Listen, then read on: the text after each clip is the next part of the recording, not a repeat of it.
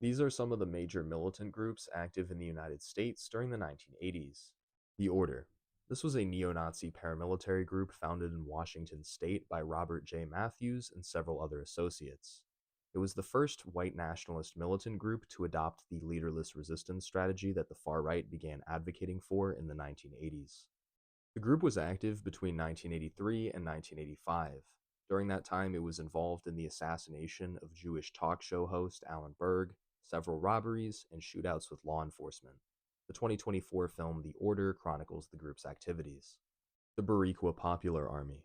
More commonly referred to as the Macheteros, this was a Puerto Rican nationalist paramilitary organization primarily active on the island. It became one of the most sophisticated and well-organized militant groups to ever operate on U.S. soil. The group was active between 1976 and 2005, although it is still believed to exist to this day. Notable attacks during the 1980s include the 1981 bombing of Muniz Air Base, an ambush shooting of U.S. Navy personnel in 1982, and the 1983 robbery of the Hartford Wells Fargo Depot, which netted them $7 million. The Jewish Defense League. I mentioned this group in my video on 70s militant organizations, but it was also extremely active in the 1980s. For those who are unaware, the JDL is a far-right Jewish paramilitary group.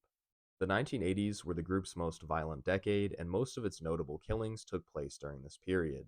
They were linked to the 1985 assassinations of Palestinian activist Alex Oda and alleged Nazi war criminal Sherem Subzakov, among other attacks.